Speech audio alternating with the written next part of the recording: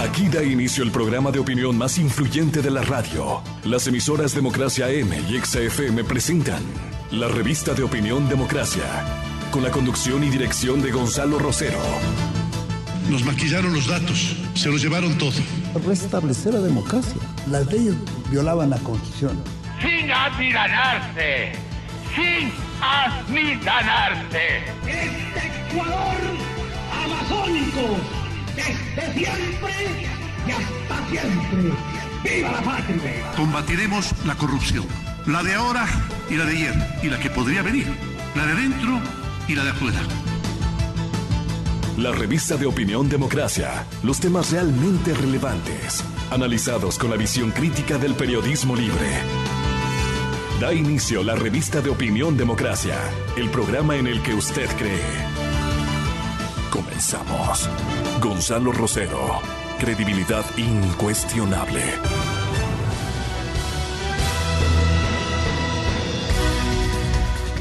Buenos días, amigas, amigos. Estamos iniciando esta mañana de trabajo con la revista de opinión Democracia, jueves 17 de diciembre de 2020. Bueno, los COE cantonales empiezan a establecer restricciones por la Navidad y Año Nuevo. Reglas para la vacunación ya fueron definidas, eso es la opinión del señor ministro de Salud y en general del Ministerio. 9 cambios en el COIP contra la corrupción, este es un cumplimiento que se hace, una necesidad del país, pero que además ha sido impulsada por cumplir una parte del acuerdo con el Fondo Monetario Internacional, lo cual viabilizará que en estos días el ministro Mauricio Pozo nos decía que le espera que hasta el 21, la próxima semana, se desembolsen $2,000 millones más. Entre los 3.500 que todavía se adeuda y están represados, 2,000 millones de alguna manera sirven y repotenciarán el movimiento de la economía del país, así parecería, ¿no es cierto? Bueno, el tema de las vacunas, cómo se ha de distribuir, cómo hemos de, como país, cómo se ha de gestionar, hemos de priorizar, está ya en discusión. Están con nosotros para este tema el señor doctor Nicolás Kyriakídis, docente investigador de la Universidad de las Américas, el doctor Alberto Narváez, experto epidemiólogo y catedrático investigador, y el doctor Daniel Simancas, director del Departamento de Investigaciones de Salud Pública y epidemiólogo de la Universidad UTE. A los tres, muchas gracias por acompañarnos. Y antes de iniciar este diálogo, quisiera que escuchemos lo que el señor ministro de Salud decía el día de ayer. ARSA ha aprobado en la noche de ayer para que la vacuna Pfizer BioNTech pueda ser distribuida y administrada en el Ecuador. No van a poder vacunarse personas que sufran algún trastorno de coagulación o que están recibiendo anticoagulante, mujeres embarazadas o que piensen embarazarse en los próximos 3 meses, las personas que han tenido reacciones alérgicas severas a medicamentos, personas que ya fueron contagiadas con SARS-CoV-2 y que sufrieron la enfermedad de COVID-19. Estamos trabajando con el CNE para compartir información y que esas personas, pues se les va a asignar un QR que mantiene información demográfica. Se va a añadir una segunda base de datos que es una información sobre la historia clínica. Bueno, estas serían entonces las previsiones que toma el Ministerio de Salud para poder enfrentar y distribuir la vacuna. Todavía no sabemos cuántos, al inicio de año se ha dicho que llegará ya la vacuna, ha sido aprobado por el ARSA. Doctor Kyriakídis, el anuncio de que ya tenemos una aprobación para poder usar la vacuna de Pfizer, puede darnos una sensación de que el camino se abre, pero al mismo tiempo se discute la posibilidad de que ciudadanos no quieran vacunarse y se podrá entonces decir, bueno, los que quieran sí, pero incluso médicos comienzan a hablarnos de que ellos que van a estar en la primera línea no quisieran usar. ¿Cómo despejamos? No sé si se puede decir qué garantía se puede obtener frente a una vacuna. ¿Qué nos comentaría usted y cómo visualizamos esto de que por un lado es bueno que tengamos una vacuna y por otro estas dudas que están generando otros sectores? Bienvenido, buenos días, Nicolaos. Buenos días, muchas gracias por la invitación y un saludo también a nuestros contertulios, ¿no? Yo lo que digo siempre es que deberíamos mantenernos informados, deberíamos mantenernos educados, ver los datos, revisar los datos y basarnos en los datos y tomar decisiones informadas. Las decisiones deberían basarse en el hecho que tenemos vacunas que hasta el momento han demostrado una alta eficacia en cuanto a la prevención de la COVID-19 sintomática, es decir, la enfermedad sintomática por una parte, y por otra parte han demostrado, es decir, más bien en la vacuna de Pfizer, que es la que primero se va a importar, ha demostrado un perfil de tolerabilidad y de seguridad bastante bueno. No tenemos efectos adversos graves o perjudiciales para la vida de ninguno de las personas que la recibieron. Hay algunos reportes, pero muy pocos, considerando cuántas personas han recibido ya la vacuna, de algunas reacciones alérgicas en personas que conocíamos desde antemano que tenían reacciones alérgicas en otros fármacos o en otras vacunas. Eso siempre es una consideración para cualquier vacuna y para cualquier fármaco. Entonces, pues deberíamos estar atentos a estas personas y simplemente tomar las medidas de precaución necesarias para estas personas. Pero de ahí la tolerabilidad de la vacuna. Su perfil de seguridad es bastante bueno, nos provoca a la mayoría de las personas, no a la mayoría, a una minoría, de hecho, a las personas que la reciben, les provoca más bien unos efectos adversos que son relativamente leves. A lo mejor no nos puede dejar, digamos, ir a nuestros trabajos para 24 horas, máximo 2 días. Cefalea, tal vez es decir, dolor de cabeza, algunas veces, pocas veces, fiebre, pero esos son los efectos adversos más importantes, más frecuentes, digamos. Entonces, yo considero que deberíamos basarnos más bien revisando estos datos. De ahí yo no veo hasta el momento, por lo menos, algún reporte, digamos, muy preocupante de otros que podría hacernos dudar la efectividad. La propia aceptación. No la efectividad, sino la seguridad en este caso. Ya, la seguridad. Quiero saludar. La aceptación y la seguridad. Ya, quiero saludar al doctor Alberto Narváez. Doctor Narváez, una gran responsabilidad, sobre todo los epidemiólogos. Y cuando Nicolaos nos dice, las alergias normalmente se presentan en los ciudadanos que ya sabíamos tienen alergias. Pero uno podrá determinar, y ustedes que han estado investigando y siguiendo esta pandemia, qué tipo de alergias, a qué medicamentos, se puede llegar a ese nivel para decir, a ver, esta vacuna con las pruebas que están, y como dice Nicolaos, vamos a estar informados, vamos a hacer un seguimiento, no solo una posición casi política de frente a la vacuna. ¿Qué tipo de alergias y los estamentos que el ministro nos ha dicho no a mujeres embarazadas o que piensen embarazarse, y sobre todo a las personas que tengan alergias? ¿Cómo identificamos eso, doctor Narváez? Bienvenido, buenos días. Bueno, buenos días, un saludo a todos los radioescuchas.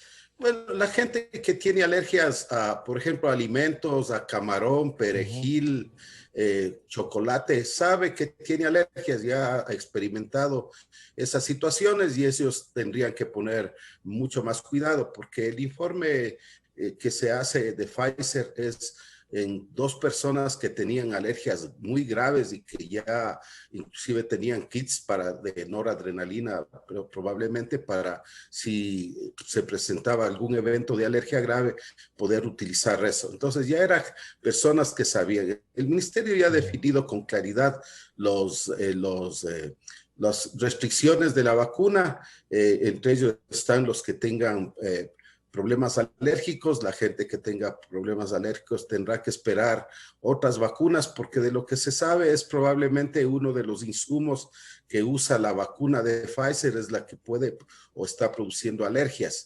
Entonces, pero hay otras vacunas como la vacuna de Oxford o la vacuna rusa que probablemente no tengan ese problema o esa restricción. Entonces, vamos a poder tener otras alternativas para las personas alérgicas o personas con restricciones que no necesitan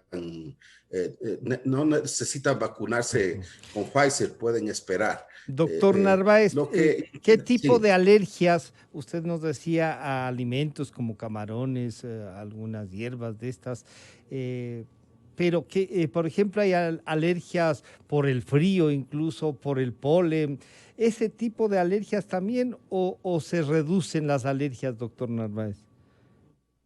Bueno, lo que han informado, no soy experto en el tema, han informado es a personas con alergias graves, que son los 2 casos que se han notificado, porque alergias leves la gente tiene, hay gente que tiene alergias a medicamentos como penicilina y ya saben muchos de ellos, ¿no? De todas maneras, el Ministerio de Salud tendrá que implementar un sistema de farmacovigilancia para ir detectando eso y respondiendo adecuadamente en función de lo que se presente. Si no hay un sistema de farmacovigilancia para saber cuál es la efectividad real en el terreno, ya en la realidad, porque sabemos la efectividad en los estudios experimentales, pero no sabemos cómo va a funcionar en la cotidianidad. E igual los efectos adversos, no solo las alergias, sino todos los efectos adversos que pueda tener, sobre todo los graves. Entonces, el ministerio tiene que preparar un sistema de vigilancia, de farmacovigilancia, que desgraciadamente el Ministerio de Salud ha tenido una gran debilidad en los sistemas de farmacovigilancia. No existe una acción muy importante, por ejemplo, en la resistencia a los antibióticos. Es muy débil la farmacovigilancia. Entonces, esperamos que ahora implementen un buen sistema de farmacovigilancia que nos permita ir detectando estos problemas. Quiero saludar al doctor Daniel Simancas. Bueno, está estructurado entonces incluso las priorizaciones de quienes han de recibir. Se espera tener, dice el doctor Simancas, por lo menos al 60% de la población a la que puede llegar durante el próximo año la vacuna y por lo tanto habrá que hacer ese seguimiento. Los que ya fueron infectados parecería no requieren, pero algunos han dicho, no, por más que yo ya haya pasado por la enfermedad, si quiero tener. ¿Cómo hacer estas diferencias? Los que ya han sido infectados, incluso asintomáticos, pero que sí quisieran tener. ¿Esto es de querer uno o esperamos una planificación del ministerio para que la vacuna nos llegue? Doctor Simancas, bienvenido, buenos días. Buenos días, muchas gracias. Un saludo a los panelistas también y a los radioescuchas. Sí, pues a mi punto de vista y el experto es Nico, pero realmente no se entiende la exclusión de estos pacientes ante la evidencia de una posible reinfección. Es decir, justamente Chile ha aprobado la vacunación masiva de alrededor del 70-80% de la población y no excluye a ninguna persona, porque realmente en el momento de, o sea, con sus obviedades de estos pacientes que presentan alergia que conversábamos antes de mi participación, pero no se puede excluir a ninguna persona de que quiera vacunarse, ¿no? Es un derecho tratar de recibir la vacuna, a no ser que tenga una contraindicación que se debe considerar, que son las mujeres embarazadas, menores de 18 años, personas con inmunosupresión, con problemas de coagulación, y estas personas que ya tienen alergia severa, ¿no? Eso tiene que entender, no es que la vacuna te da una alergia adicional, sino que te agrava tu alergia que ya tenías de manera crónica. En este sentido, las personas que ya se han infectado, no es una alergia a la vacuna. No hay evidencia. No es una alergia a la vacuna, sino la alergia que se ve que potencializada por la vacuna. Exactamente, es decir, en más de 22,000 pacientes que recibieron la vacuna, pues 2 de ellos presentan esta reacción grave, que es una reacción que sí hay que considerar, pero en pacientes que ya han tenido alergias previas, lo que decía Alberto, ¿no? Es decir, personas que comieron camarón y tuvieron que inyectarse para que se les quite la hinchazón de la cara, que se tomaron alguna pastilla para el dolor y se les hinchó los ojos. Estas personas ya tienen alergia a cualquier producto farmacéutico o a un cierto tipo de producto farmacéutico. Y cuando reciben la vacuna, pues en estas personas inclusive se encontró estas inyecciones de emergencia que se colocan los pacientes con alergia crónica. Y entonces no tendríamos por qué esperar eventos adicionales alérgicos en otras personas. Entonces no va por ahí el tema. El tema va, como decía Alberto, por un tema de la diferencia entre eficacia y efectividad. La eficacia es en condiciones ideales, cuando usted dice tiene que vacunarse el 15 de diciembre y luego tiene que vacunarse en enero tal fecha. ¿Qué es lo que pasa si un paciente no cumple? Por más que se le llame, no regresa a la segunda dosis. ¿Qué es lo que pasa con la cadena de frío?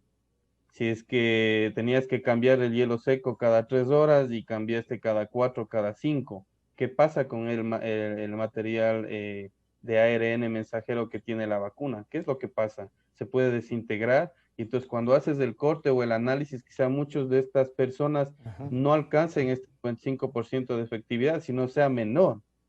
Entonces, ¿a cuántas personas necesitamos vacunar? Se llama el número necesario a vacunar.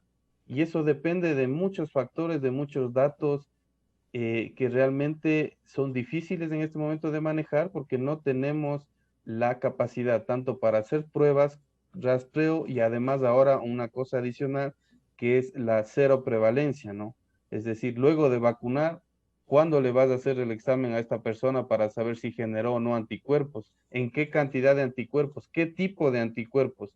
Solo la prueba esta de sangre que no nos sirvió para nada en el control de la pandemia, o vamos a hacer otro tipo de investigación para ver si hay en verdad anticuerpos efectivos que contrarresten. Hasta ahora no se ha demostrado, ojo, que esta vacuna evite que uno se infecte, evita que la persona enferme gravemente, que es buenazo, es muy bueno porque va a evitar la presión sobre el sistema sanitario, pero en salud pública o en epidemiología no lograría que el virus pase de persona a persona porque se incrementaría el número de asintomáticos y entonces en ese sentido tenemos que hablar ahora de que independientemente que se inicie el proceso de vacunación, o que uno llegue a tener la vacuna en su organismo, tiene que seguir con las mismas recomendaciones por lo menos durante el próximo año,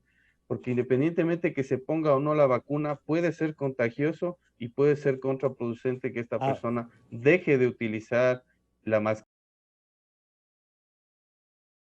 Yo me pongo la vacuna y mañana voy a un karaoke con 50 personas y no me va a pasar nada. Probablemente me infecte, probablemente la vacuna no genere anticuerpos en persona, y entonces ante eso yo tengo que tener las mismas precauciones hasta que en algún momento, con los análisis que se haga epidemiológico, se diga, el virus ya hay 2, 3, 4, 5 semanas con 0 casos, realmente el virus ya no está saltando, no hay transmisión comunitaria, en este momento podemos empezar progresivamente a quitar las restricciones, a quizá la mascarilla solamente para sitios de aglomeración o con pacientes inmunodeprimidos. Y ojalá decir, esto nos queda, claro.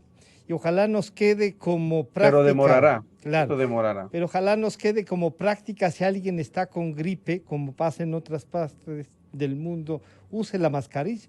Y eso es un poco lo que... Nicolaos, planteado así entonces, lo que es urgente, además de que ya llega la vacuna, que es una buena noticia, que hay que educar a la gente sobre lo que significa esto, y para eso están ustedes invitados y esperamos que sigan haciéndolo así a lo largo de todo esto para que la ciudadanía tome conciencia. Esto de la eficacia y la efectividad parece que es importante, y al mismo tiempo ir levantando una historia de la salud en virtud de la pandemia, Nicolaos, esos datos que puede y que debería entonces el ministerio tener una planificación para esto, son los que nos pueden ayudar a estar más informados y a hacer un mejor seguimiento. Nicolaos. Exactamente, exactamente. El doctor Simancas topó unos temas muy importantes. Primer tema es justamente el primero, que tiene que ver si las personas que tuvieron la enfermedad, por ejemplo, deberían vacunarse. Es un tema muy importante. Estoy totalmente de acuerdo que deberían vacunarse. Tal vez no de primera línea, tal vez no son poblaciones de prioridad, digamos. Deberíamos tal vez primero vacunar personas más vulnerables, pero es seguro que estas personas, las personas que ya tuvieron la enfermedad, después de un punto deberían vacunarse.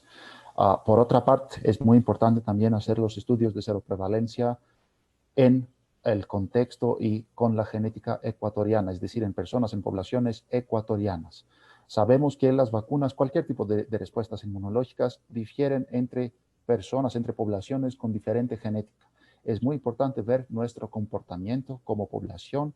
Sabemos que además, pues Ecuador tiene una genética muy especial, ¿no es cierto?, que proviene de 3 diferentes etnias mínimo y mezclas, obviamente, entre estas genéticas, ¿no es cierto?, estas etnias. Entonces es muy importante hacer el seguimiento localmente, tanto para la efectividad, la eficacia de la vacuna, es decir, la producción de anticuerpos neutralizantes, la producción de otros tipos de defensas que tenemos, y también para la seguridad, porque eso también puede afectar la seguridad, digo, nuestra genética. Por tanto, es muy importante el seguimiento, uno, y eso implica una planificación que de antemano pues tendremos el plan, digamos, de esta seroprevalencia, de la vigilancia de las poblaciones que van a recibir la vacuna, y obviamente también el otro tema que tocó el doctor Simancas es el tema de hacer el seguimiento a las personas que recibieron, por ejemplo, la primera dosis, claro, y tal vez o no conocen que deberían recibir la segunda dosis, o piensan que solo con la primera dosis tienen este 90-95% de eficacia, y lo cual no es verdad. Entonces, es importante informar. Yo lo voy a repetir tal vez varias veces el día de hoy, pero es muy importante que informemos. Estamos ante una pandemia que nunca nos ha tocado previamente. Antes, a lo mejor iríamos con nuestros hijos, nosotros para tomar unas vacunas sin realmente entender el impacto. Ahora vemos un impacto tremendo que tiene esta pandemia, entonces deberíamos de manera muy consciente y de manera muy responsable, también como ciudadanos, pues hacer el seguimiento, digamos, individual y mantener las medidas hasta mientras, porque justamente, como dijimos, no tenemos todavía datos si la vacuna previene la infección, sino tenemos datos que previene más bien la enfermedad sintomática. Son dos cosas totalmente distintas. Distintas, claro. Y lo que entonces esto diría es que la vacuna no nos garantiza que no nos pueda dar la infección.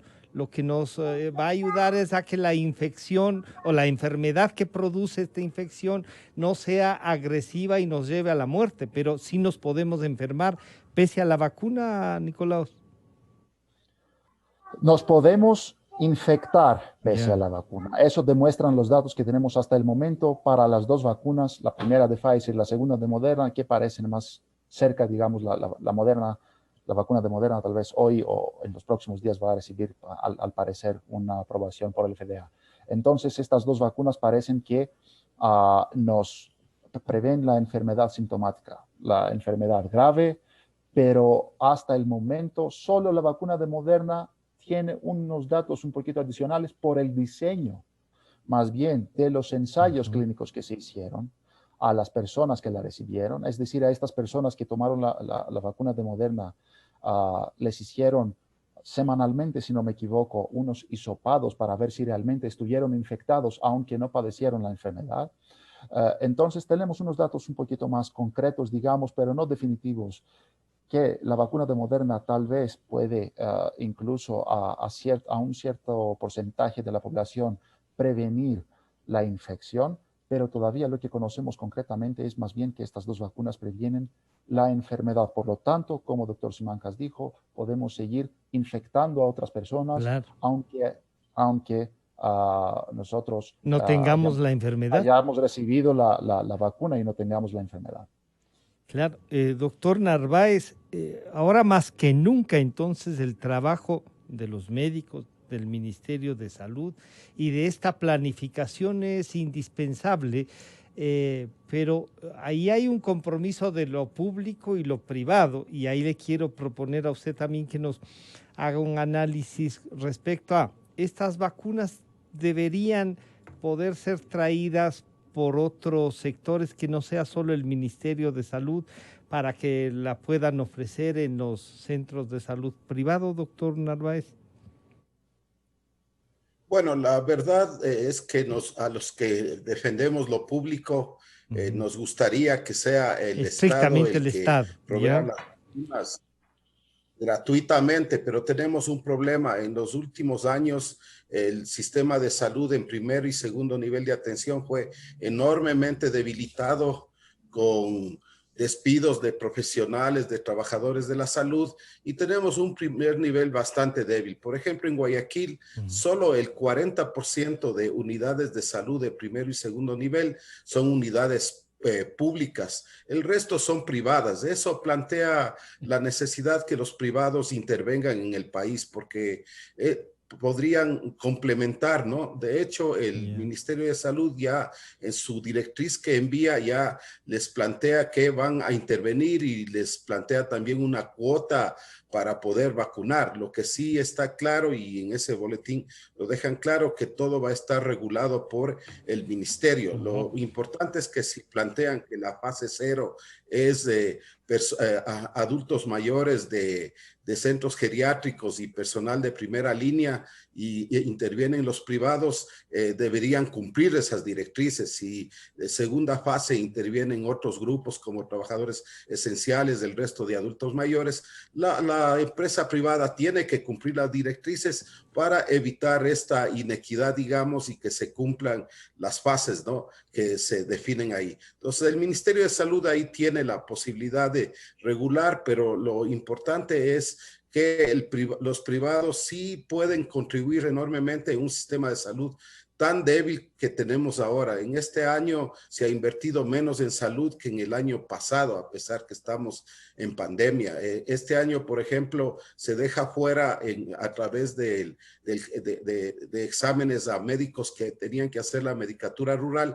y 50% quedan fuera, y eso va a hacer que muchas unidades de salud rurales no tengan médicos para atención, y eso es grave porque hay que tener claro que los efectos ya de control de la epidemia con la vacuna se verán en 5 o 6 meses. Todavía vamos a tener que seguir trabajando en el tema, y sin un buen primer nivel de atención no vamos a poder enfrentar, y lo que va a pasar es que va a seguir habiendo gente que se enferma gravemente y que se muere, ¿no? Y ese es un problema serio. Esto, por ejemplo, de ahorrar dinero y poner un artificio de subir el punto de corte de un semestre a otro de 60 puntos a 80 puntos, es algo inconcebible que solo traduce una mentalidad de ahorro, yo diría neoliberal, media necrófila, que no importa la salud de los pobres. Y eso, yo como soy además de académico político, tengo que decirle claramente, este gobierno ha sido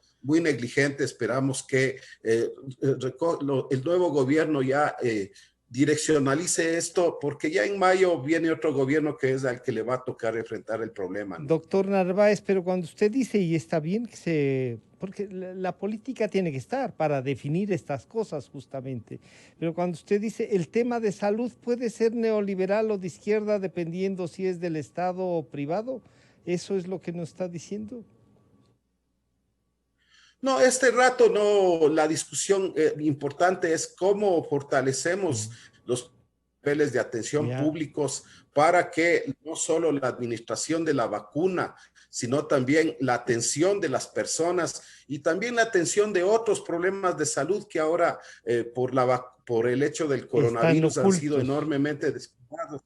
¿Cómo les fortalecemos? Y hay una política de poca inversión en salud que hace que lo público prácticamente esté en segundo plano de lo privado. En las vacunas, indiscutiblemente que los privados van a entrar, y es bueno que lo hagan, no estamos diciendo que no.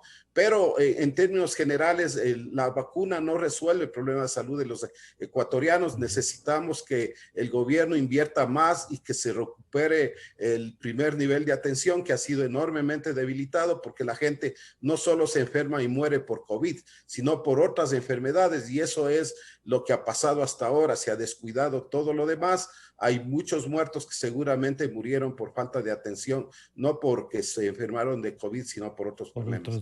La vacunación ya está claro, los privados van a entrar y es bueno que entren. En ciudades como Guayaquil se demorarían demasiado en poder cubrir a la población que tenemos que cubrir, y en algunas provincias también. Entonces, sí, es importante que los privados intervengan en la aplicación de vacunas con las reglas que defina la Autoridad Sanitaria Nacional, ¿no? Pero lo otro es que me preocupa que las vacunas oculten la otra realidad de los problemas de salud. Por ejemplo, a partir de las vacunas ya todo el mundo cree que la cosa está solucionada. Hay un relajamiento en nuestros barrios. Yo trabajo en barrios y estamos en ese problema porque ya la vacuna llegó, no hay problema, entonces no se va a hacer nada más, no se hace rastreo de contactos, no se compra pruebas rápidas de antígenos, que son las que se están usando en el mundo, y eso es lo que me preocupa más, porque la vacuna va a venir, se va a aplicar y están las reglas claras, van a intervenir los privados, vacunaremos en función de la cantidad de vacunas que nos lleguen, y ese proceso no va a ser muy rápido, sino lento. ¿Qué pasa con el resto? ¿Qué pasa con la salud en general? Y también este problema de los brotes, y este brote que seguramente se dará, es muy probable en diciembre y enero. ¿Cómo va a enfrentar el ministerio? ¿Por qué no compran pruebas rápidas de antígenos? ¿Por qué no implementan el sistema de rastreo de contactos? ¿Cuál es el problema? Porque ahora las pruebas rápidas de antígenos son muy baratas. Roche plantea cobrar $8 por prueba. Por lo tanto, el ministerio tiene que intervenir, y también todos los cantones en estas estrategias que no se están haciendo, desgraciadamente, y que son muy efectivas en todo el mundo. Se ha demostrado que son efectivas. Entonces, el tema de la vacuna, mi planteamiento es que está ocultando todo lo demás, es decir, lanza la vacuna para no hacer nada en este periodo, que va a ser un periodo muy crítico, donde puede haber muertos y casos graves, tal como hubo en julio, agosto y septiembre, ¿no? Claro, doctor Simancas, claro, tampoco se podría, y me parece que sería injusto, no priorizar la pandemia sin dejar de tomar en consideración que durante 12, 14 años ha empeorado el tema de la salud pública, pero no podemos resolverla si no enfrentamos primero esto que es una pandemia, y si bien el doctor Narváez nos dice, oigan, hay que enfrentar así. Lo que ustedes nos han planteado, que es este seguimiento, que el ministerio debe estar preparado, que la política pública debe estar preparada para estudiar el comportamiento, pero no olvidar el desarrollo de las otras enfermedades para también enfrentarlas y buscar políticas públicas. La vacuna puede, y de hecho parece que invisibiliza los otros problemas. Pero esta prioridad de enfrentarla no es la correcta, doctor Simancas. No es la correcta. El mensaje ha sido mal enfocado. El mensaje tenía que ser cauto, el mensaje tenía que ser técnico, no político, no demagógico, porque si tú estás agarrado 25,000 vacunas, o sea, si puedes vacunar a 25,000 personas, no puedes decir a toda una población que ha iniciado el proceso de vacunación cuando de una etapa a la otra tienes una incertidumbre brutal, ¿no? Es decir, en marzo iniciaremos. ¿Quién te garantiza que en marzo vas a iniciar? Otra cosa es tener la vacuna, tener un plan estructurado. ¿Por qué se lanza cronogramas cuando lo que en verdad debemos de enfrentar es cómo incrementar el número de pruebas, cómo hacer un sistema de rastreo? Eso no es caro. Si tú comparas con los hospitalizados, con las personas de terapia intensiva que gastan $4,000, $5,000 diarios, eso le cuesta al país, versus armar un equipo grande de rastreo con pruebas para control de brotes. Eso es lo que se debería hacer. Y otra cosa que me parece fundamental, Francisco, es eh, comparar la gestión que ha sido, cómo han manejado el tema de las pruebas. ¿Qué pasa con las pruebas rápidas? ¿Qué capacidad tiene el ARSA de controlar esto?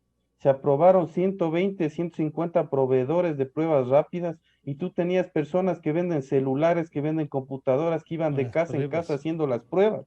¿Quién garantiza que no va a pasar eso con las vacunas? Ya están ofreciendo, ya están propagandas que dice, vacúnate con nosotros, en todas las redes sociales. No ponen la vacuna porque irían presos, entre comillas, pero ya están con la publicidad. ¿Qué te están dando a entender? Que inmediatamente que el ARSA apruebe o deje que el sector privado, cualquiera va a importar y va a ser incontrolable. Ese es el tema fundamental de por Entonces, qué ahí la otra debe ser estrictamente el sector público de salud, entonces. Pero también el doctor Narváez nos ha dicho que pueden vacunar. Ya, el doctor Narváez nos ha dicho que de ley vamos a necesitar el sector privado también para que en equipo podamos vacunarnos entre todos, pues no es cierto. Pero la rectoría tiene que ser, o sea, no libre importación de vacunas, no ofrecimiento en que uno dice, vengo a ver esta vacuna, póngame, o sitios así. Siempre será controlado por el Ministerio de Salud. Daniel, no estamos siendo demasiado duros y no reconociendo que sí ha habido también una parte positiva en el manejo. Sí somos inconformes permanentes y está bien, porque algo así hay que hacerlo. Pero no estamos siendo muy severos en esto de no querer reconocer de que hay cosas que sí se han ido solucionando, Daniel. Desde mi punto de vista, se paga la humildad, se paga la sencillez, se paga la tecnicidad. Si usted sale a decir que ha hecho la mejor pandemia, si usted sale a decir que no necesita pruebas, si usted sale a decir que va a vacunar masivamente, que ha tenido la mejor gestión, ¿qué uno puede hacer? ¿Cuál es el mensaje a la población? Si usted sale a decir que le pierde el miedo al virus, cuando vemos familias destrozadas que mueren con sus familiares muertos, ¿qué le queda a la academia? Tener una parte de crítica, de decir, no estamos bien. Ningún país ha hecho totalmente las cosas bien, pero reconocer los errores, decir que hay limitaciones en el presupuesto, que vamos a trabajar juntos, quizá ese debería ser el mensaje, y no decir, yo no necesito de la academia, yo no necesito rastreadores, no nos paran bola a los que damos alguna idea, no hay un comité de expertos, ya tenemos expertos alemanes, las pruebas son inteligentes, la vacunación, ese discurso no es académico, es un discurso político al fin de un gobierno que ha dejado de invertir en salud, que es llamativo, que ha dejado de fortalecer el primer nivel, la atención primaria de salud también, y entonces no nos queda a nosotros pues dar un mensaje fuerte que contrarreste, que deje de que la población siente esa seguridad, esa relajación, pierde el miedo, vamos a las fiestas, reactivar la economía. Incluso desde la autoridad sanitaria han sido las propuestas de reapertura del fútbol, de los cines, de esto, cuando la piedra en el zapato del COE debería ser la autoridad sanitaria, porque en ellos debería primar el concepto de defender la vida y tratar de evitar estas muertes que son prevenibles. Claro, Nicolaos, esto es lo que nos genera y claro, y buscamos una política pública que a privados y a públicos nos lleve a una. Desde la investigación, los tres hacen seguimientos, quizá en áreas distintas, pero los tres hacen investigación y seguimientos.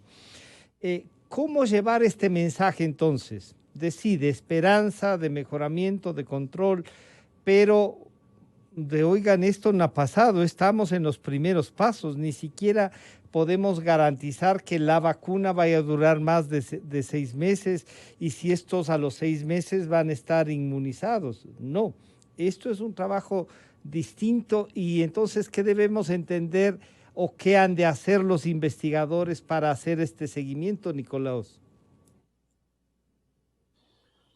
Bueno, primero, pues voy a regresar a mi discurso inicial. Primero, nosotros deberíamos informar en este momento. Deberíamos informar. Deberíamos informar incluso las decisiones. No se hace lamentablemente con, digamos... Con la transparencia que se requiere. Con la continuidad, diría yo. Yeah. Es decir, nos piden a veces, y con la continuidad, y a veces pues no es posible el tomar estas decisiones, o más bien el seguir estas decisiones desde la parte política. Hay limitaciones también. No soy político, inmunólogo, y desde mi punto de vista solo puedo hablar. Lo segundo más importante es poder participar en estos ensayos de seguimiento. Nosotros estamos dispuestos a ayudar. Cada uno de nosotros creo que ha hecho una parte de investigación sobre este nuevo coronavirus. Sabemos un poquito, hemos leído también, hemos estudiado, hemos investigado este nuevo coronavirus. Estamos aprendiendo como todos. Y por otra parte es muy importante el entender que todo eso es una oportunidad para fortalecer tanto la investigación en el país como el aprendizaje, el conocimiento en el país, y también lo más importante, porque yo creo, tal vez pues eso se escucha un poquito pesimista, pero no lo es, realmente es realista.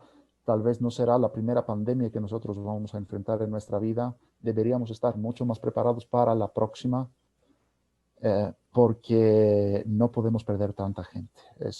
Hemos perdido miles de vidas en Ecuador, millones de vidas a nivel mundial. Entonces deberíamos estar mucho más preparados para la próxima pandemia, no esperar las vacunas para la próxima pandemia, sino intentar prevenir.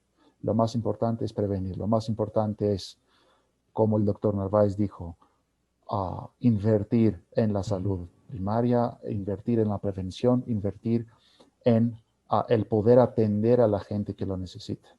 En cualquier momento, no solo en tiempos de pandemia, eso es lo más importante. Para eso se necesita también un seguimiento en cuanto a la inversión.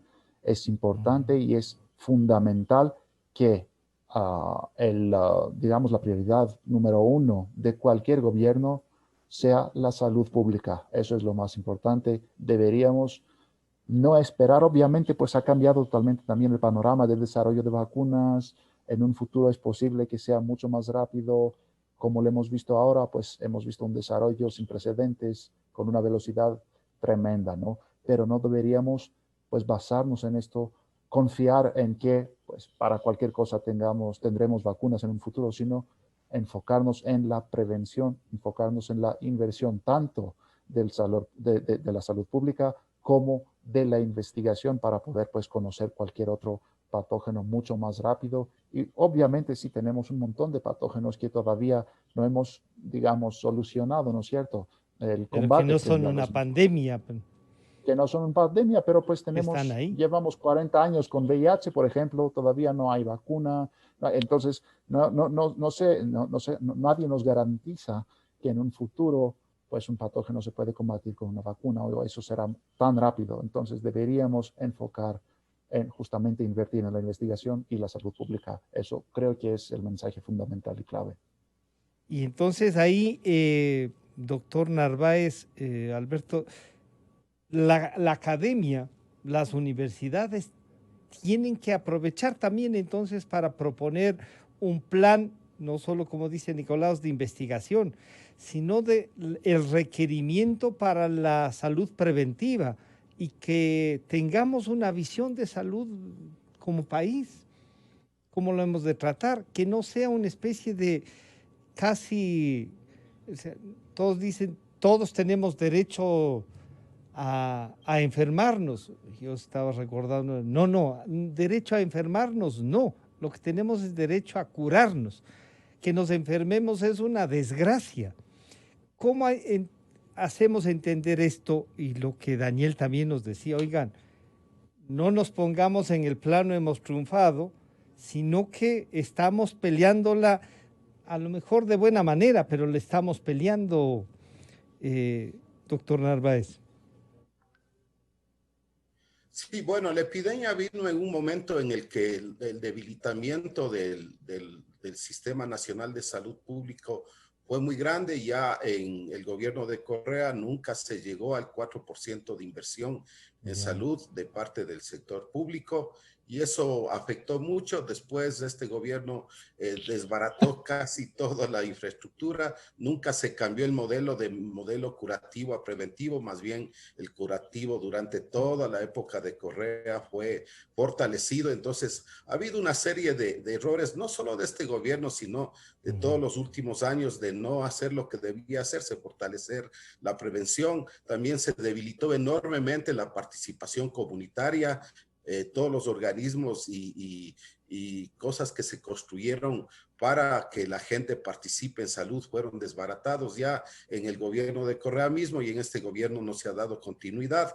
Y esa es otra alternativa que tenemos. La participación comunitaria puede convertirse en algo central, no solo para que opinen o demanden, sino también para que trabajen en el control de estos problemas. Por ejemplo, nosotros como Universidad Central venimos desde el inicio de la epidemia trabajando en varias parroquias prioritarias, y aunque la escala del trabajo por falta de recursos, porque la coordinación entre el Ministerio de Salud, el municipio y nosotros es mala, no es adecuada en algunos sectores, hay muchos resquemores, la coordinación interinstitucional es muy deficiente, hay muchos líos políticos, como estamos en tiempo electoral, es bastante difícil coordinar el trabajo, que es otro problema que estamos enfrentando. Doy un ejemplo: mientras en el sur hay un apoyo enorme del Ministerio de Salud, en el norte no tenemos ningún apoyo en el trabajo comunitario, mientras que la gente cada día está accediendo a conferencias, charlas, organizándose. El mismo ministerio capacitó a más de 500 vigilantes comunitarios que han tenido un rol importante. Nosotros estamos trabajando con unos 200. Entonces, este es el otro tema que fue desbaratado, desgraciadamente, por una visión, yo diría, centralizada, verticalista, de la gestión de la salud y de la atención primaria. Entonces hay que recuperar también la participación comunitaria organizada de una manera adecuada, y hay que invertir en ello. Ya en el mundo hay enormes experiencias. En el mismo Ecuador hay muchas experiencias sobre cómo la participación comunitaria puede dar enormes réditos, ¿no? Pero en eso también ha habido muy poca inversión, y más bien desde el año 2008 ha habido un debilitamiento de la participación comunitaria, que es uno de los ejes importantes de la transdisciplinaridad. Sin la academia, los gobiernos nacionales y locales, las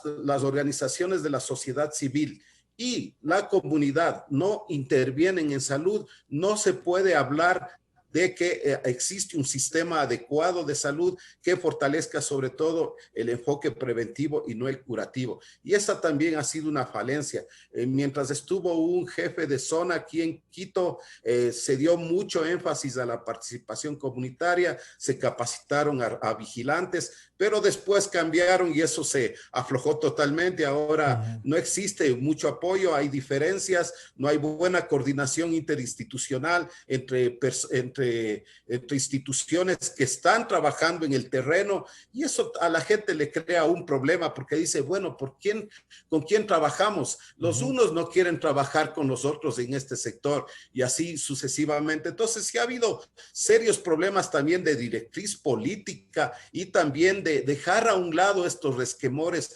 políticos que ahora son absurdos mantenerles cuando se está muriendo gente. Entonces esos son también aspectos que hay que resolverlos en la política sanitaria.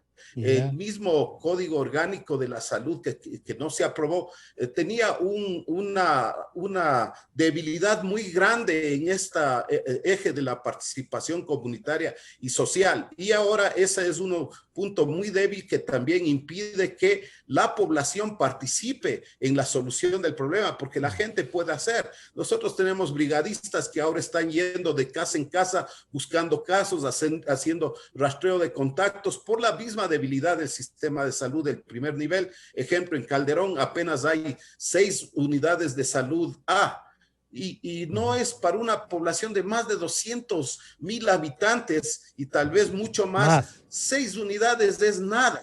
Entonces necesitamos ahí activar también la participación comunitaria y que obviamente en el futuro haya más unidad de salud en estos sectores urbanos. Porque el sector porque además urbano, ya los médicos... la parte urbana es la que más ha crecido. Este es un país que ya se ha transformado en su mayoría en urbano y ya no rural. Antes era una población rural mayoritaria. Daniel, tanto como nos dice Alberto, aquí hay entonces que aprovechar esto y generar, ojalá desde la academia también, una visión de lo que ha de ser la salud y sus respuestas. Pero a medida que avanzamos en eso que es importantísimo, tenemos que avanzar en esto y ubicarnos también con la pandemia. Usted nos decía, oigan, hay que tener más pruebas, hay que seguir ubicando, habrá que hacer un seguimiento a los que se vacunan incluso para tener esta vigilancia de los vacunados y un seguimiento a esto. Se mantienen las restricciones, nos han dicho, hasta llegar a la cero prevalencia. Pero, a ver, ¿qué podemos hacer como ciudadanos? O lo que dice Alberto, la participación, ¿en qué debe consistir, Daniel? Bueno, si me permites, sí, claro. Solo agregar algo a lo de Alberto. Realmente la capacitación que ha habido, el descuido por la epidemiología es bárbaro, ¿no? La brecha de profesionales que podrían liderar el control de brotes, el control de epidemias, la investigación clínica, no solamente la investigación básica. En este país no hacemos investigación clínica. Todas las convocatorias se van a la investigación básica, que está muy bien, pero no hay investigación clínica, no investigamos sobre la efectividad de nuestras estrategias de salud pública, no investigamos sobre los procesos de vacunación y no tenemos profesionales de la salud pública y epidemiología.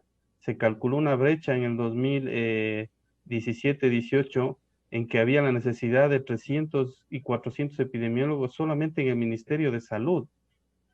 Y si juntas toda la red, pues hay mucho más. Entonces, la falta de capacidad técnica también afecta, por ejemplo, las decisiones de los COE. Los COE están viendo qué hace Quito para más o menos seguir. Llaman a los epidemiólogos que están en las mesas técnicas de Quito. Oye, disculpa, ¿me puedes ayudar con una conferencia? Eso no puede ser, pues. Debería haber epidemiólogos en todas las mesas técnicas y para eso la Universidad UTE ha creado una maestría de epidemiología que se pone a las órdenes de la comunidad como contribución. Ahora, Claro, deberían haber pero lo que debería becas, haber entonces pues, becas es, del ministerio, claro, se pueden crear en becas virtud del de IES, esto. de la parte privada para la formación de estos profesionales y generar una masa técnica. Las recomendaciones que me preguntabas, pues yo no veo la diferencia, ¿no? Y se tendrían que intensificar las medidas de prevención y ahora más que nunca dar una opción, que es lo que yo estoy impulsando. Es decir, no vamos a evitar que la gente se reúna, hay que darle una alternativa, hay que capacitarle. La gente no sabe cómo comportarse dentro de la casa. La gente no entiende que si comparte una copa de vino se va a contagiar. Cree que solamente si le tose en la cara es cuando se va a contagiar. No tiene la cultura de lavado de manos, no tiene la cultura de, por ejemplo, dejar el calzado afuera, aunque no es tan importante eso. No entiende que si entra una persona a su casa, a su núcleo cercano, esta persona no sabemos qué ha hecho, no sabemos con quién se ha relacionado, no hay investigación. Una familia hoy en día, y eso es lo más importante, Francisco, hay que preguntar a las familias qué servicio se les ha dado. Si un familiar, si el padre de familia o la madre de familia que tiene que salir a trabajar se infecta, sus hijos, sus padres, sus primos con los que se reunió tienen acceso a las pruebas, alguien les llama y les dice, oiga, usted está dentro de una lista, por favor quédese en casa. ¿Cómo pasa? Cuando va a una reunión, ¿qué es lo que hace la gente? Abre las ventanas, se reúne poco tiempo, come al aire libre. ¿Cómo son estas reuniones? Eso hay que impulsar hoy en estas fiestas. Si logramos pasar con disciplina estas fiestas, me atrevería a pensar de que podemos evitar un pico alto, una porque pensamos segunda junto a ola algunos de colegas esto. que uno de cada tres, posiblemente uno de cada tres ciudadanos de este país ya se contagió, entonces el virus no pasa tan rápidamente como esperábamos. Si se logra tener disciplina, aquí no hay la bolita de cristal, nadie puede Claro. decir Sí, sí. en enero tenemos un pico explosivo. Lo que estamos diciendo es, Que no la gente provoquemos podría eso. comportarse, Ya. podría haber mucha irresponsabilidad, pero si logramos dar un mensaje clave, reúnanse Y menos de 8 personas, por eso es favor, lo no se importante, reúna claro. 30, 40 personas, utilice mascarilla dentro de casa, lávese las manos, son mensajes claves en estas fiestas para Les quiero no pedir lamentarlo en entonces, enero, justo como decía muy para bien Alberto. terminar, gracias por acompañarnos, pero para terminar a los tres, entonces, esto que nos dice Daniel, un mensaje fuerte de lo que se puede y de lo que no se debe hacer, de cómo también lo individual cuenta en nuestras actuaciones y habrá oportunidad para hacer el seguimiento y el análisis de la vacuna, del tema de la salud, que es importantísimo. Nicolaos, ¿cuál sería el último mensaje suyo en este momento? Les voy a dar el mismo mensaje que doy al cerrar, porque esa es la última semana de clases también para la universidad, para la UDLA. Entonces les voy a dar el último mensaje que doy al último minuto, digamos, de mis clases a mis estudiantes. Y es más o menos lo que dijo el doctor Simancas. Deberíamos, es entendible totalmente que queremos todos disfrutar con nuestras familias, ¿no es cierto? Lamentablemente mi familia, digo mis padres, porque también tengo familia acá obviamente, pero mis padres viven muy lejos, no los he visto por más de un año y probablemente no les voy a ver para el próximo año. Ese es un sacrificio que lamentablemente debería hacerse en este momento por la pandemia. Pero para no lamentar las personas que se van a reunir con sus familiares y van a tener la suerte de poder reunirse con sus familiares, es muy importante que lo hagamos responsablemente. Sabemos lo importante que es, tal vez lo hemos repetido tantas veces y tal vez la gente todavía no lo entiende, pero sabemos lo importante que es realmente el distanciamiento social, el evitar las aglomeraciones masivas, por lo menos estemos por lo menos con nuestro núcleo de familia, con nuestro núcleo familiar y evitar a exponer las personas mayores, todos tenemos abuelitos, todos tenemos tíos tal vez de una edad un poquito más, una edad mayor, tal vez un poquito más vulnerables, que entonces estemos un poquito más conscientes, responsables para pasarlo bien, para disfrutar, para descansarnos, pero por otra parte no lamentarlos, no lamentarlos después de definitiva. 1, 2 semanas, 3 semanas, para no conducir a muertes, para no conducir realmente a lutos, ¿no es cierto? Entonces, distanciamiento, lavado de manos constante, ¿no es cierto? Y uso de mascarilla, aunque estemos dentro de la casa, aunque estemos con lo que consideramos personas que no estén contagiadas, no existe esta cosa. No sabemos con quién estuvo cada uno, no sabemos hace cuánto tiempo se contagió uno y cuándo desarrolló síntomas, cuándo va a desarrollar síntomas, o si va a desarrollar síntomas o simplemente será asintomático, pero contagioso por otra parte. Deberemos entonces mantener altas el cuidado, digamos, y las medidas de precaución, las medidas preventivas. Doctor Narváez, entonces sí, la familiaridad no es que nos garantiza nada. ¿Cuál es su mensaje? Como implementaría el hecho de que en esta Navidad, en los viajes largos de más 2, 3 horas, en buses llenos de gente y además con aires acondicionados, son alto riesgo para la transmisión y ratificaría que hay que hacer un sacrificio y evitar esos viajes largos porque además va a hacer que la epidemia que todavía está concentrada a nivel urbano se disperse a nivel rural, en donde hay menos acceso a los sistemas de salud y puede producir estragos más grandes. Por lo tanto, eviten los viajes largos, sobre todo en buses públicos e inclusive en los propios, porque pueden estar llevando la infección de los niveles urbanos al nivel rural o a las pequeñas ciudades, ¿no? Ese sería mi complemento de la recomendación que Nicolaos dio. Daniel, su última reflexión entonces de esta mañana. Dejemos por el momento de pensar en la vacuna, eso causa una falsa percepción de relajación. La vacuna llegará cuando tenga que llegar. Cuando la política presiona a la ciencia, tenemos problemas con la entrega prematura de resultados. Dejemos que las investigaciones avancen, que las negociaciones sigan, y por el momento concentrémonos en lo primordial, en seguir con las estrategias que nos dan más con vida. Estas estrategias del distanciamiento, de la mascarilla, del lavado de manos, de evitar aglomeraciones, evitar reuniones, es lo que nos ha mantenido con vida hasta ahora, y tenemos que potencializar en estas festividades. No podemos definitivamente pensar que haciéndonos una prueba, que están acostumbrando, una prueba rápida, nos vamos a visitar a nuestros padres. Una prueba diagnóstica es el reflejo del pasado, no del presente. Entonces, perfectamente una prueba puede salir negativa y nosotros estar infectados, infectar a toda la familia. Si yo voy, el compromiso, si yo estoy enfermo, no puede ir a una fiesta, si me tome ibuprofeno, si me tome algún analgésico, lo que sea, para simular un acto de que no estoy congestionado, no vaya. Si usted está enfermo, no vaya a reunirse, llame por teléfono y diga, mire, estoy con diarrea, me pican los ojos, la garganta, ¿sabes qué? Yo mejor me quedo en casa. Esa es la responsabilidad en este sentido, y yo insisto en el tema de que olvidémonos por un ratito, hasta pasar el fin de año, olvidémonos de la vacunación, va a llegar a muy pocas personas.